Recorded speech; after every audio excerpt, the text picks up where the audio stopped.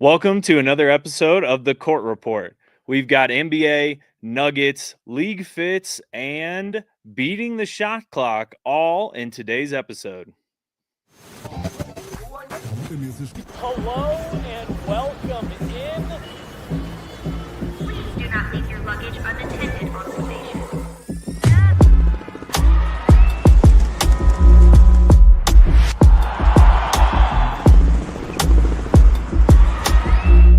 Welcome to the show.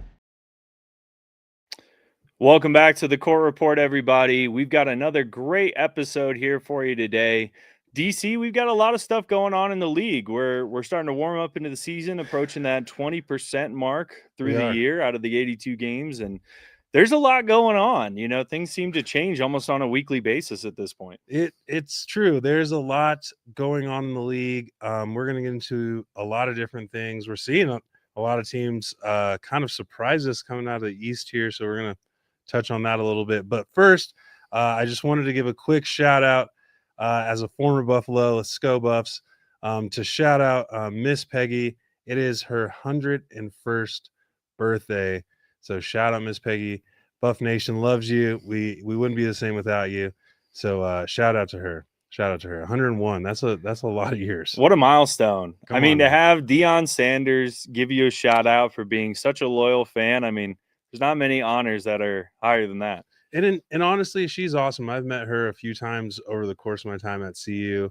Her and her sister were always such a joy to just kind of see around campus, see at the games. Always had a smile on her face. And guess what? She always would remember people's names. Wow. She would remember your name. And I couldn't believe it. I honestly was like, you meet so many people all the time. How can you remember my name? And then they always remember my name and said hi and gave me a hug and checked on me and asked how I was doing. So shout out to Miss Peggy. Happy birthday. School grandma right there. They literally are school grandmas. They are our school grandmas. They were also alumni. They were there from the very beginning. Wow. So they are pretty much our school grandmas. That's a good way to put it. That's I like awesome. that. Yeah. Awesome. Well, so awesome. And shout out to the Buffs men's basketball team 4-0 wow. right now. What a start. Hot start. A lot of young talent. I'm excited to see what my Buffaloes will do this year. I mean, hey, the girls I think they're 3-1 or 4-1. So they're doing good as well.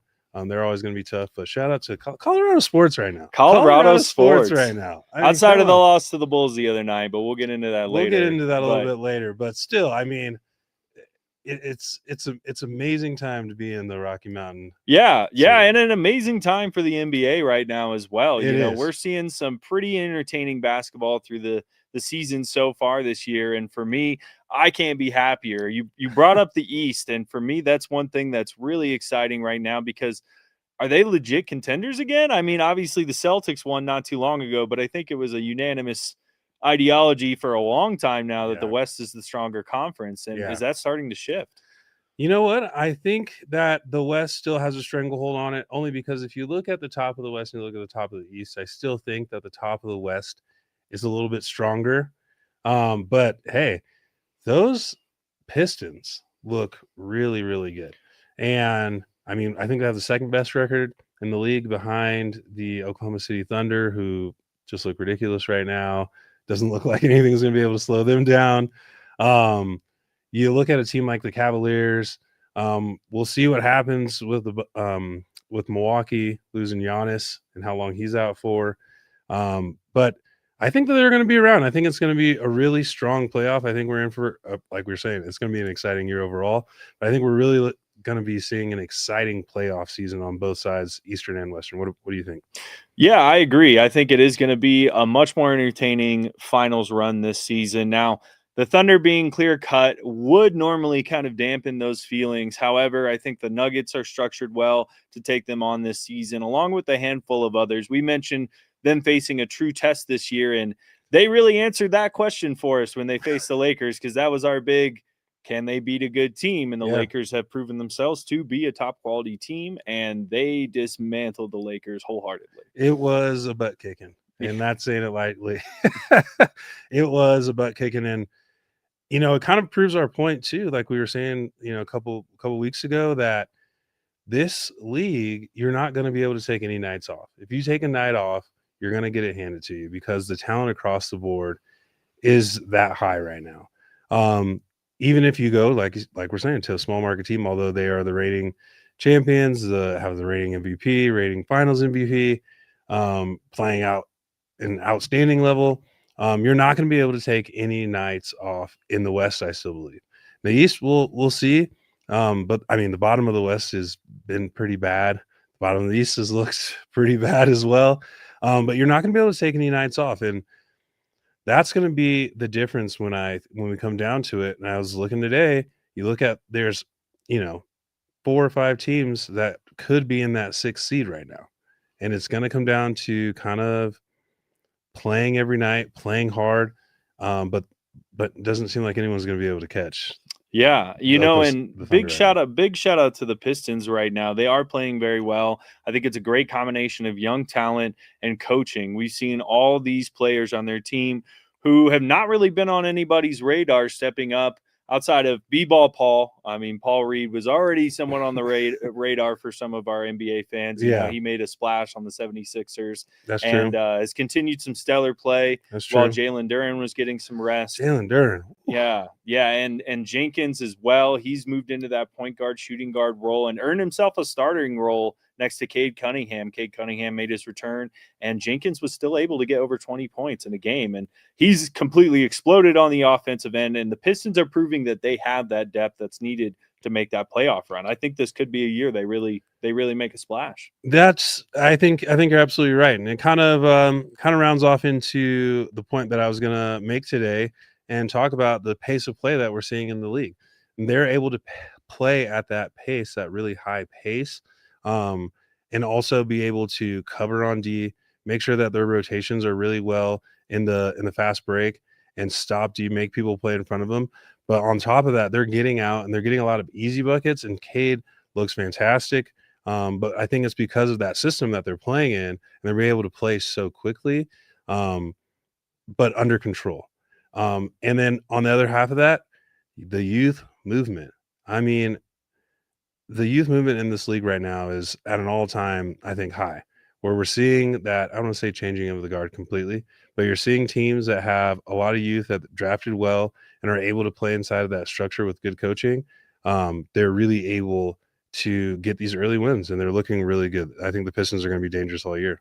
Yeah, the young talent is extremely apparent right now. We've been talking about them all season, just all of these guys emerging, and I think that has a lot to do with AAU style basketball. These guys are game ready, and then they go into college and then they just hammer out games. It shifted from a practice heavy focus as a young player to game heavy focus now. And so we're seeing these guys who are more ready to just jump in like it's a pickup game, and not having to need as much time to adjust or mature as a player. And granted, the veterans are still extremely valuable and their presence is felt on some of these high contending teams, but in general, it is definitely shifting towards younger players. And you mentioned the pace of play, and an amazing stat I saw was just recently this past week, the NBA hit its 14th million points in its history. Now, what's interesting about this is it scored its 9 millionth point transferring into the 2000s era.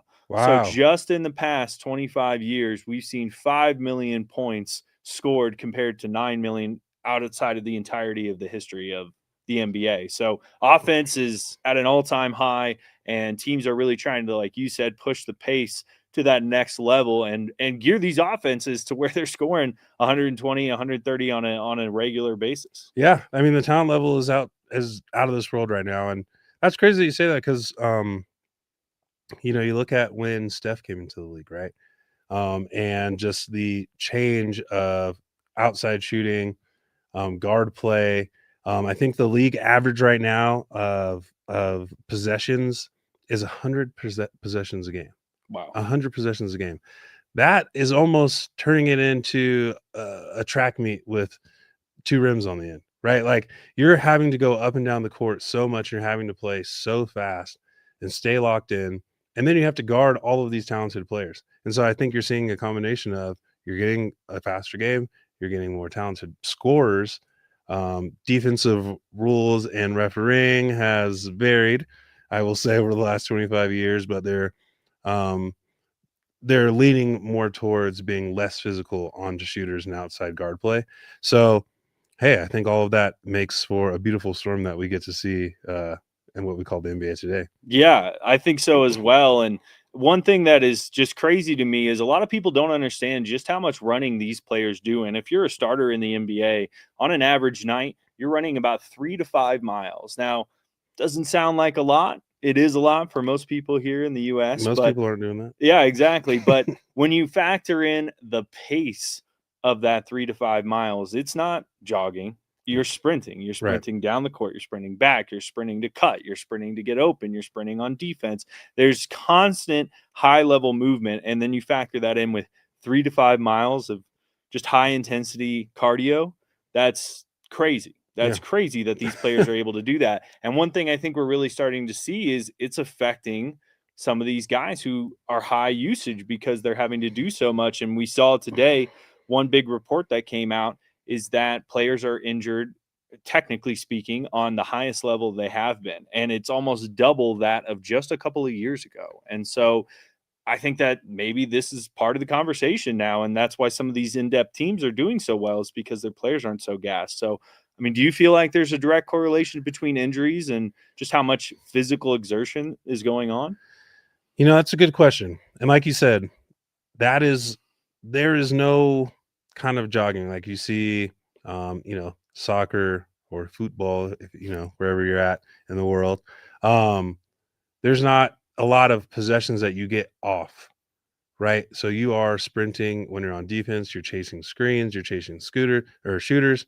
You have slashers that are coming down, you're having to show help, you have to get back, you have to jump, and guess what? Now the ball's on a rebound ricochet. Now we have to get out and run. Now I got to go set a screen. Now I got to cut, pop, pick, right? All of those things, all of those movements on top of up and down is a lot. And I think it does wear on you. I think it does wear on you, especially if you're a high usage guy. They're going to have to get smart over the course of the season on how do we, one, protect our players so that we can have longevity into the postseason if that's where we're going, and two, how do we mitigate injuries, because that it kind of brings that team morale down, right? When you start seeing a lot of guys out and you're down, you're like, man, well, we lost, but we were injured. Well, if we would have had him, we would have won that game. And you don't want to see that going into this first quarter of the season. But also, it means that you're going to have to develop your depth.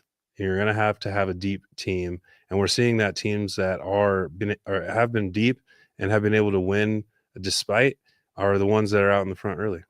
Yeah, and you bring up the 3-point shot, and I love that observation from you, DC. This is exactly why we're up here talking to the folks, because one thing that goes under the radar for so many people is once we've shifted to heavy 3-point shooting style of basketball, Yep. the rebounds become longer. Yep. And I don't think as many fans out there understand how many fast breaks this generates on defense transferring over to offense from those Absolutely. long 3-point rebounds, because now all of a sudden we're close to half court and we're running down the field instead of, it's right under the basket. Let's get everyone in position. The center has to get the ball to the point guard. Then we shift it down the court. It's a whole different dynamic when you're just running and gunning the way so many of these teams played. And we saw that the Nuggets were trying to do the same thing against the Bulls. Now, typically that's a good style of play for them, Right. but it killed them that night because they were just pulling up early in the shot clock. And when you're only doing a 7-second offense, which is what a lot of these teams are doing nowadays, and then combining it with 3-pointers where there's long rebounding, you're essentially running constantly the whole time, basically. But, that's why it's getting favored more and more for these younger players. And we're not seeing them, be as long to get their wings under them, so to speak, right? And Absolutely. one thing I really want to discuss about these young guys is the Rookie of the Year race. Ooh. Now that we're somewhat into the season so far, we've got an idea of who the top tier rookies are at this point, I believe. And one surprising factor is the NBA released their top 3 candidates, and Cooper Flagg was at the bottom of those 3. He was at the bottom of the 3. And I think that was definitely surprising for me. I thought he would definitely become the front runner. It'll be interesting to see how the season goes for them, though. I think they've had a lot of unexpected things happen with the team. The morale doesn't seem to be quite there in Dallas right now. And they're leaning on him to be. I mean, hey, and you're the number one pick. You're going to be involved a lot in the game plan. But I think they're leaning on him a lot and not having, Kyrie, AD's out now, like we said, injuries piling up across the league.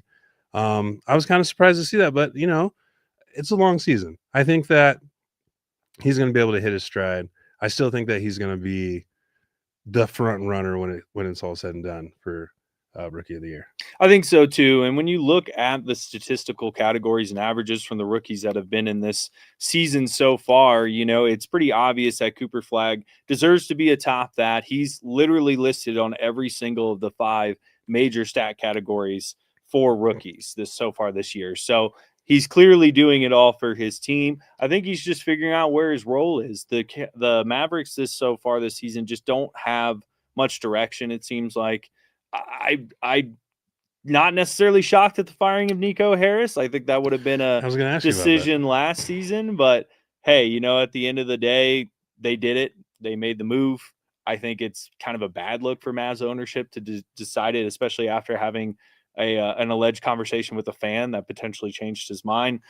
I like that, and I don't like that. I think as an executive, you should have already been able to make those observations, but that's a whole other conversation for a different day. But I think the biggest surprise this season is Khan from the Hornets. What an amazing season for him so far. He's come out hot and stayed hot, and the Hornets have a lot of young talent right now. The Hornets do have a lot of young talent, and I love that they went over to a teammate's house for dinner.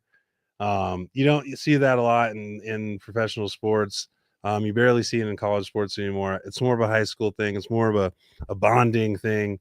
Go over a player's house, meet the family, have dinner. We used to do that in high school myself. But yeah, I got to say, the Hornets have surprised me. And when you look at it across their team, across their roster, it is fairly young. I mean, Mason Plumlee might be the longest tenured person in the league, I think, on that team. And then you had some people with questionable decision making. I think that it's amazing to see that resurgence. I think he's going to be able to continue to kind of lead. We'll see what happens in the East because, like we said, once he gets into the middle of the season, you got to start playing those top 6 teams and see how that kind of turns out for them. But they're ones to watch, and I would be happy to finally see them doing something well. Yeah, the Hornets have a pretty loyal fan base. It's been when you're that bad, you have to. It's been really tough for them in general, and to have somebody part of ownership like Michael Jordan and to not have necessarily amounted to a whole lot as a franchise, I hope for the best of them. As another fellow small market team, I always love to see the underdogs win, and that's a big focus for me. But I think one of the bigger underdogs this season when it comes to the MVP race has been Nikola Jokic. And as we open up into our Nuggets segment today, I just want to address the fans on something with Jokic because let's hear it. I've just seen a lot. And, I've been getting into arguments with a lot of people online about who's the potential MVP this season. And I frankly don't understand how there's even a conversation anymore. The hate or the confusion or the discussion around if Jokic is the MVP or not needs to stop. We're talking about a guy who nearly averages 30 points per game, 14 rebounds a game, and over 10 assists per game as a center on 68%, 47% from 3, and over 85% from the free throw line as a center. And this is some guy who's turning in 35, 15, and 15 like it's going to work for the day. I mean, there is no conversation. There is no question who the best in the league is. I want to make it clear that Jokic is the 1, the 2, and the 3 top favorite for MVP right now before we get to Luka and Giannis and Shea and Wemby and everybody else, because Jokic is not on the same planet as everybody in the NBA, and it's time that the rest of the fans acknowledge that. Some strong words, but I don't disagree with any of it. I mean, if you look at what he's been doing over this year, it's been pretty crazy. Now, we'll talk about Luka and Shea because they are doing incredible things. But what we talk about a lot is the ease of the Joker's play. Like it's kind of very poetic when you watch him. It doesn't seem like he's trying too hard. It doesn't seem like he's straining or forcing anything. He takes what the defense gives to him and he makes things better for everyone else. The Nuggets right now, as a team as well, I wanted to point out, are shooting 50%, 50.9%. I mean, that's almost 51%, but that means pretty much half the time you get an open shot, they're going to make it. And they do very well with efficiency. One of the most efficient scoring teams in the league, efficient on offense in the league. I think they're top 3, if not the top 2. And it's amazing to see how he's orchestrating it all. And I'm curious to see how it's going to continue, or if it's going to need to change a little bit, because losing a guy like Christian Braun, kind of he's a motor guy, he's a spark plug kind of guy. What is that going to mean for the team? And can they, can someone get that consistent spark off the bench that we're going to need as we go forward? Yeah, I think you bring up a lot of good questions, especially with the uncertainty of rotations and players that are necessary to that starting lineup, like Christian Braun. I think right now the Nuggets are performing at a top 3 level on the offensive end and the defensive end. That's from a statistical perspective. Now they go between the number 1 and the number 2 overall team with those 2 considerations. But for them, I think what people don't understand is just how much better their defense has gotten from a year-over-year perspective. And that goes down to coaching. David Adelman has done a fantastic job so far. He's somebody who's taken a lot of observations and made the adjustments as necessary. And then it comes from their offseason additions. And then it also comes from a big part of this is just the overall supreme commitment that we've seen from the Nuggets as a team. This is a team that is very close-knit, and they all understand their assignments. They all have the same vision. They all have the same goal. And it's just the makings of champions. And that's what I love to see. This has a lot of the same feels that we saw in 22-23. And one thing I will say, though, with Christian Braun being out, I don't know if they've necessarily figured out the correct rotations. They've ran some stuff against the Bulls. They started Watson instead of Hardaway Jr., which I didn't necessarily like, but I understand the bench needing that offensive spark plug. So I think we're still figuring out the rotations that are necessary for when certain players go down. I think Watson does normally fill a good spark plug role, but it just didn't translate very well against the Bulls, who we saw just dismantling the zone defense, which is one of Adelman's favorite schemes. Yeah. And it wasn't a good night for him. It wasn't a good night as far as, I think, just overall effort that we kind of saw that they usually have. They usually have that excitement, that effort, that championship mindset as they go. And like we said, Johnson has came in and talked about it. How he says, everything feels different here. There is a championship culture built here. They expect to win. They expect to go out. They expect to play well. We didn't see that the other night, but Chicago, like we said, young team, plays fast, had a really good game plan, and executed really well and pushed the Nuggets there. But I really like what you said about the defensive end, though. Cool stat here: 8th in the NBA in points allowed in the paint. I think a lot of that comes from Vooch that you have in the middle now, right? We saw that they were really good at guarding the perimeter, really good at getting out and scoring points from defensive steals, defensive disruptions and stuff like that. Now we're seeing it because teams aren't allowed to get into the paint. We've increased our size. We've increased our defense efficiency on the inside around the rim. We're rebounding.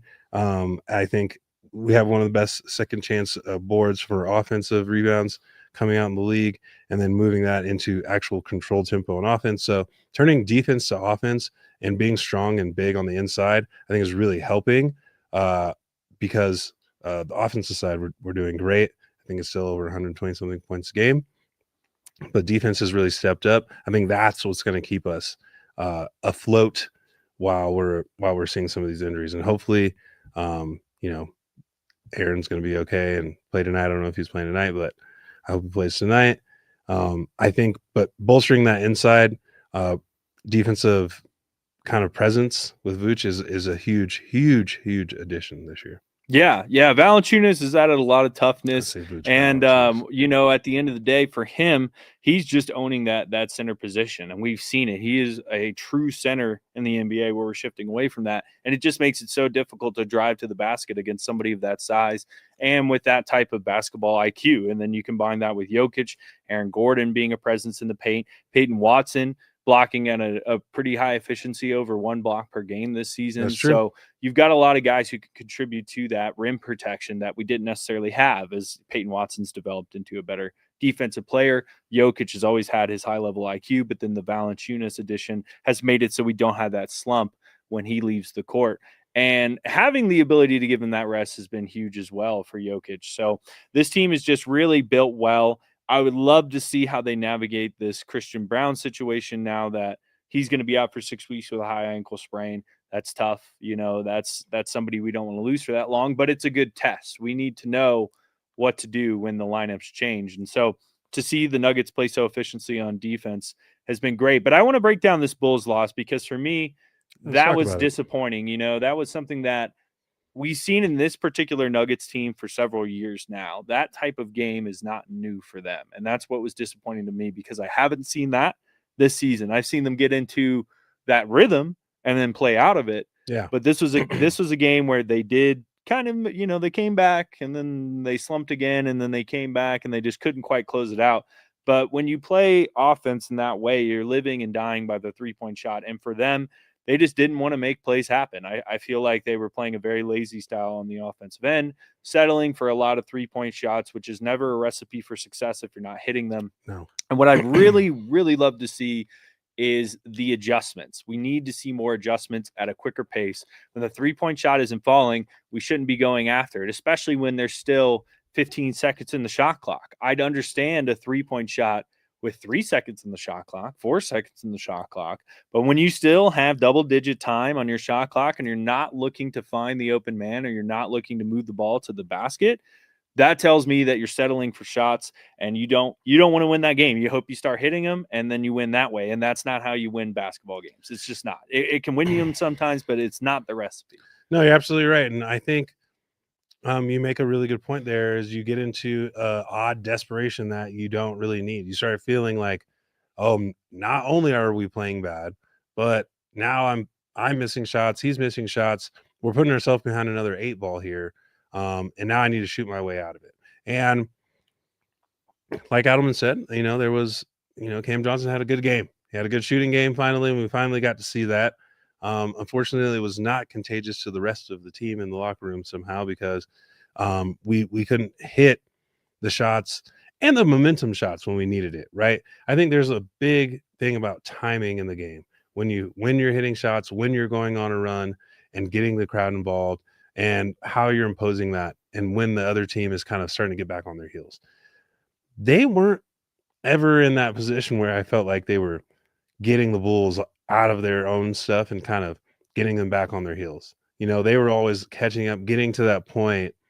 And there was times where, towards the end where you said, okay, actually, even though they've played bad, they're probably going to pull this out. They're probably going to pull this out. And unfortunately they didn't. Some good play by the Bulls down the stretch there. But you're not going to be able to sustainably play that way. And I think, like I said, Christian Brown being gone and having that rotation still be a little bit unsure is kind of going to be a problem until they figure that out. Yeah, and I think one of the biggest adjustments I'd like to see going into this next game, I mean, they essentially wasted a combined 90 points from Cam Johnson, Jamal Murray, and Nikola Jokic. Yeah. We should not be losing games when Murray and Jokic have over 30 points. Murray with a double-double. There's no excuse for losing that type of game. And then Cam Johnson, like you said, he had good shooting splits. He scored 19 points. This is the Cam Johnson we expected when we traded for him. I think we're going to see him continue to expand his role. But what I would really like to see from the Nuggets is just more running plays. Like when they get into these slumps, I would really love to see them go to the more tried and true style of basketball. And obviously the pick and roll is a big part of that, but moving outside of that and trying to develop how can we get somebody open for an easy shot, because that's where they excel at, is making the easy basket. And when you're not moving the ball, when you're not running on the offensive end, and you're not trying to make plays happen, which I'm not saying they weren't the entire game, No. but for the majority of the game, that was the case. And I just love to see the adjustments. So for David Adelman out there, let's just try some more stuff. He's been a fantastic coach. I know they're going to Adelman, bounce please. back. There was a lot of travel before that game, so I'm not worried about the loss. It's just more an example of what can be with Yeah. the Nuggets, and something that we've already seen in the past. And I think that's what scares me, is we've seen this before. This is the Nuggets we love, but we don't necessarily want to see that kind of play. It's tough to watch when they just can't buy a basket. Yeah, I'm right there with you. And I don't think that we will see a lot of those games going forward. To be honest with you, I really don't see we'll see that team that we saw the other day very much. I think we'll see the team and the Jokic that we saw against the Clippers more often than not, because of, like you said, Adelman. He'll get it right. And I think that they will get back to running set plays. I really think we need to get back into get Jokic down, bring him back up to the top of the key, run screens off of him, dribble handoff, and let him work. Because that seems to be the easiest way to get people easy shots on the Nuggets right now. Give him the ball, let him use his smarts and his savvy, and run off of him. Sometimes you don't even have to pass it to him. He'll just run past you and cut. And then someone else is cutting off him. Those are some of the best plays that we've seen this year, is running off him. And hey, Aaron Gordon is playing great. He had an off game. Let's get him going again, though. Run a couple plays for him, get him some easy back cuts, rolls, one-on-ones, back to the rim kind of stuff early in the game, and allow that to kind of develop. And I think that we won't see too many games like we saw against the Chicago Bulls. I agree. And Adelman has proven to be a very knowledgeable coach. I know that he's going to make the adjustments for these guys, and we're going to see less iso ball. I think that's what I had the biggest problem with, is there was too much isolation basketball where they were just dribbling the shot clock out, trying to make something happen as an individual. And this team runs at its peak efficiency in more of a triangle style offense, where we've got to pick and roll with a man at the 3-point line, and then spreading that floor with those guys and letting Jokic or Aaron Gordon or whoever, control the bottom of the basket. So I'm excited to see those rotations. But for now, I think I'm even more excited to see some of the fits for this week. We had some really funny ones last week, but man, I'm curious what you got for us There's today. some fits out there this week. I think that I think you're going to be happy with these ones. I think these are along the Fitted Nuggets fan fashion. What do we call it? Suggestions. Sure. Right. Yeah. Okay. So I should like these, is what you're telling me. I think you'll like these ones. All right. So first, though, let's check out your boy Oh man. I'm a silent. Not too many. Halliburton is a guy, man. He's got some style. I have to admit, that's not quite as bad as some of the other outfits we've seen. At least it's on the dressier end. But I said this about Halliburton the other day. Halliburton dresses like he's a teacher, but he also is a student at the same time. That's what I've seen, is he's kind of like that sub that comes in because he's the basketball coach, and then some days he dresses like he's the kid in class. So he does. He's got a wide style. We could do a whole episode on him, I think. Because I never know what he's gonna wear. He kind of's got a Farnsworth Bentley kind of look going on right here. For those who remember Farnsworth Bentley, I don't know. Everyone remembers that, but this one is not as bad. Not too many colors, though. Yeah. Only a couple of shades. I'm not big on tons and tons of colors. We got to keep it simple. Maybe 4 or 5 different ones, but this one's fine. The pink shirt movement, that's a personal choice, I think. He's got a nice, at least it's the right style of sweatshirt to go with a tie and a dress shirt. The sweater. We've got dress shoes, brown pants, I think might be a little questionable. We got a lot of tones getting involved in there, but not a bad fit. At least it's all the same style. Okay. I can move past the colors because I think that's kind of a personal thing. Yeah. But at least we've got the right idea that we're trying to get across. Okay. We're gonna try to get you in that outfit at some point. Just know I'm subbing class that day. Okay. Yeah. Okay. We've got a pop quiz. We got a pop quiz for sure. And you're up. All right. Next, well, let's check out our boy Russ. Oh man. Is that denim? That is a denim. That is a It's got the Canadian Canadian tuxedo. Canadian tuxedo, Wow. and it's got some like flowers printed on it. Okay. and, I don't know what color necessarily it is, but I think it's like a grayish. Jean color almost, Yeah. like a gray jeans. Yeah, but he's Oh, always, he's always got something. he's got a lot of flair. We talk about league fits. Russ is on both ends of that. As sometimes it's really, really bad. Sometimes it's Just- really, really good. Yeah, I don't hate this one. I No. think, again, we got a good consistency on style here. The color combos work. As far as, especially when it comes to Russ fits, yeah, I think you're right so far. This isn't too bad. This Yeah. isn't a bad outfit for him. I think the worst one I could think of was the construction worker the outfit. construction worker was really bad. I think one time, I don't even know if he had a shirt on. I think Nope. there's one look he just didn't have a shirt on. Yeah, just it was like was either a mesh thing or Yeah, it was interesting to say the least. yeah, but and you never know what you're gonna get from Yeah, him. Really, I think that's kind of the funness behind it. It generates a lot of conversation. I think that's a big part of the fits in general with the league right now is we're so much focus on analytics. They notice the analytics jump when they wear more fashionable stuff.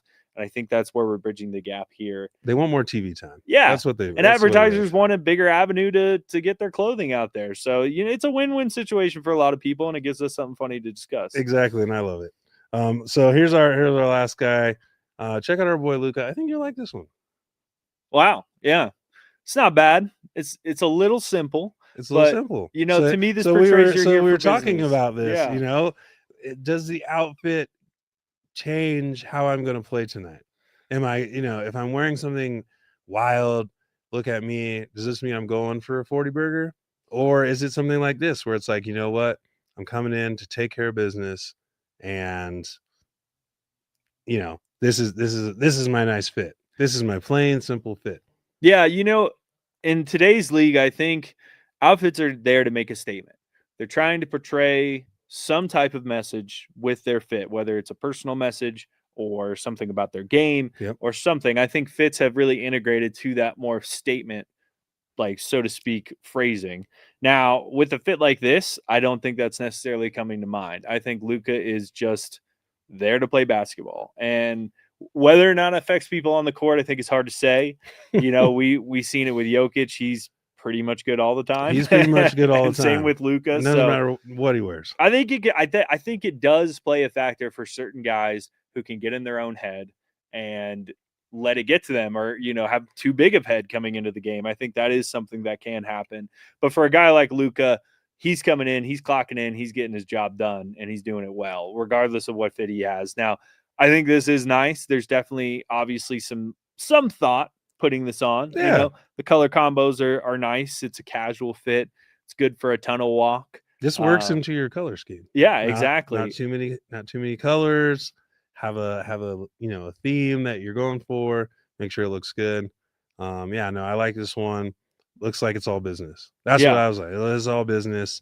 No fun. Not necessarily no fun, but there's no funny business. Yeah, we're prioritizing comfort with the fit like this. We got the sweatpants, the comfortable shoes on, the casual jacket, t-shirt. He's just there to be comfortable and just play basketball. Yeah, you gotta exactly. love it. You gotta love it. You can't be mad at that. So, all right. Well, those are our looks this week. I got some crazier stuff next week coming. But today we got to see some of the crazy stuff. Today I was like, you know what? After we talked about last week, I was like, let's see some of those just kind of nice fits, and see what you thought. So, yeah. Well, I appreciate I kept it. easy on you. You were right. I was surprised. I definitely thought I'd have more issues with some of those league fits there, and I know most of those were pretty good. The bags. Halliburton's a classic fit. I got the bags next week. We gotta start commenting on these bags. Yeah, because some of these I'm not sure, when is it a bag, when is it a purse. That's a good question. Well, I'm looking forward to talking about that next week. To me. A lot of them look like purses. It's a place to hold your stuff. I don't think it matters whether there's a strap or not. I think, again, it's a personal decision. I don't think it should matter as far as the male caveat to whether or not a purse should be worn in the outfit. I don't think it matters. Yeah, that's fair. I mean, if you wear a backpack, what's the difference? Well, one's a purse, one's a backpack. Okay, one has one more strap. Yeah. Well, I mean, if the purse, like, okay, if it's like a purse and it's got the handle straps. It's got a buckle on it with a flap over, right? I feel like that's a lot different than wearing a backpack that is a unisex type backpack. I think a purse is definitely a thing, like a specific thing, Yeah. rather than an all around bag. If that makes Okay. sense. Yeah, I see what you're saying. Like, there's more of a purpose to wear a purse. Yes. I don't wear purses. Me I don't neither. own purses. Me neither. I'm a fan of the like satchel, the side Yeah, bags. I like yeah. those. Those are nice just to have like a decently sized bag that's not crazy big like a backpack. Yeah. But Okay. I think we have a lot to talk about next week, it sounds like. We have a But lot to talk about. for now, I think we need to say goodbye to our live viewers here and move into our baseline buzzer beater segment. Baseline buzzers. Hey, we're gonna hit it.